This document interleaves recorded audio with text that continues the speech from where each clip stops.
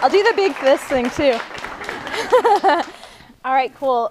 Well, I want to say first, I feel really honored to be here and to get to talk to you guys today about a subject that I think that there's few things more important than this subject. And the secret to stick-to-itiveness is important not just in the gym, but in everything in our life and in the way that we choose to move through our life experience here. So I want to just acknowledge that, you know, some of you may have been doing CrossFit for a long time, and some of you may have just started.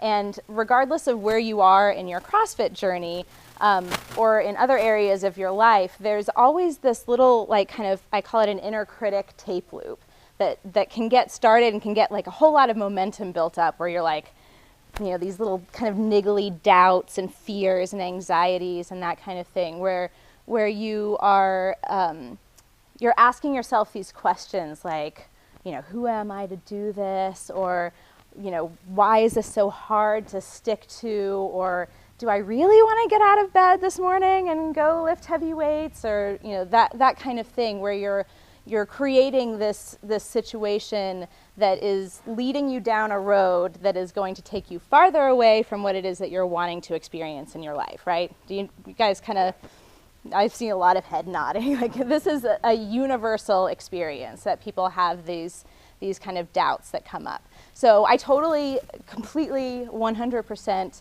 have been there, and some days I still am there. But I want to tell you about my experience and how I came to learn what for me is the secret to stick-to-itiveness. And so I was sort of the poster child for not sticking to itiveness at all. Like, I went through my early years in school, and I was very focused and very dedicated, and I was a straight A student, and I worked really hard, and I was dancing like 1,000,000 hours a day, and you know, my whole life was very structured, and my parents told me what I needed to be doing, and my teachers told me what I needed to be doing, and that felt very safe and comfortable, and I was great at that. And then I graduated from high school, and I went off to college, because that's what you're supposed to do, right? That's the kind of path that you're supposed to take. So I did that, and I was at one university for about 2 years, and had, I believe at that point, 7 different majors in that course of time. It was like, have you heard of this concept of bright, shiny object syndrome? Where it's like, oh, look at that. Oh, that's really interesting. Oh my gosh. I'm going to get so into this, and I'm going to focus on this. And then it's like, what's over here? Oh my God, a leaf. And you're like, oh, I'm going to do this thing. And it was like any time somebody would mention a subject that seemed interesting, I was like, yeah, that's what I want to do. That's totally what I want to do. And I was just kind of all over the place. So I went to the University of North Texas, and then I moved to Boston, and I went to the University of Massachusetts, and I had, I think, 2 different majors there, and then I moved to Asheville, and I went to the University of North Carolina, and I had 1 major there, which was like kind of unheard of for me, and everybody was like, wow, Jana actually has like focused on 1 major.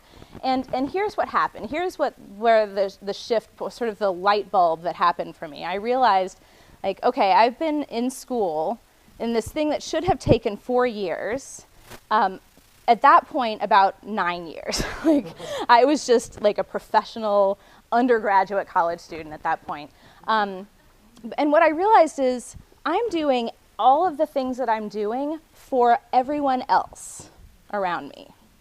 It wasn't what did I want, what was important for me, what's meaningful in this for me. It was, does my friend over here think that this is the right thing for me to be doing? Or will my parents approve? Or what will society think? And that kind of thing. So I finally got to this place of like, I really need to figure out why the heck I'm doing anything that I'm doing. And that's when I realized the big why is where it's at. Like, you have to figure out what your why is. And that has to be the place that you base your decisions from. It can't be what's happening over here, what's happening outside of you. You have to, just like Katie was saying, it has to come from within.